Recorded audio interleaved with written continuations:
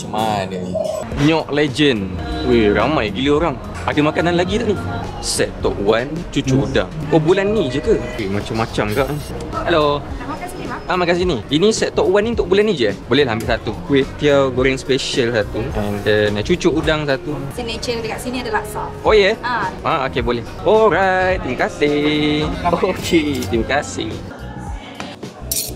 Ini mungkin akan jadi video yang tak logik sebab makan banyak sangat. Tapi kita teruskan tak?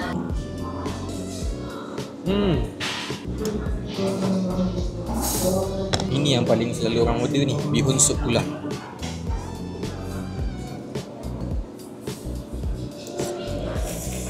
Sup tulang dia padu siap. Konsep dia kat sini, order dekat cashier tu, lepas nanti dia panggil nombor, ambil sendiri.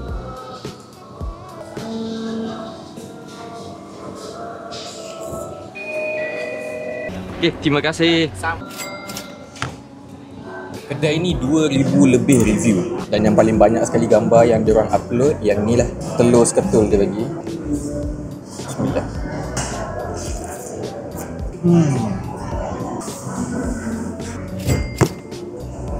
Makan daging, melekat daging kat gigi.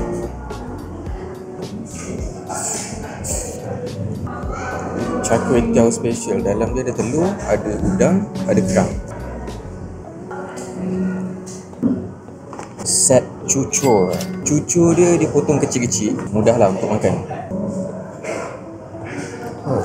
Boleh lah kalau nak makan petang-petang. Karipap.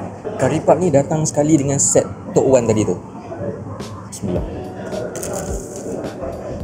Rangup lagi. Aku suka teh tarik yang macam ni. Teh tarik ni orang panggil. Dia tak berapa nak manis sangat, yang membuatkan kau nak potong daging kau. Oh, tu dia. Ini macam mana ni? Kat bawah dia ada air kelapa dengan isi kelapa hiris.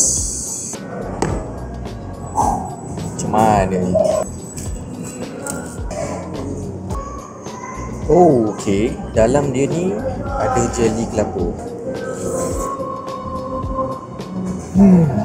Ini aku rasa makan ni saja kenyang dah ni. Penuh macam ni makan 2-3 orang ni. Kedai dia ada dekat tepi highway Kampung Sungai Ramai Luar, Kajang. Untung gila orang sini, semua makanan dia sedap-sedap. Daripada laksa tadi sampai ke air kelapa ni. Macam biasa, kalau makanan banyak-banyak macam ni, memang aku kan tapau je lah.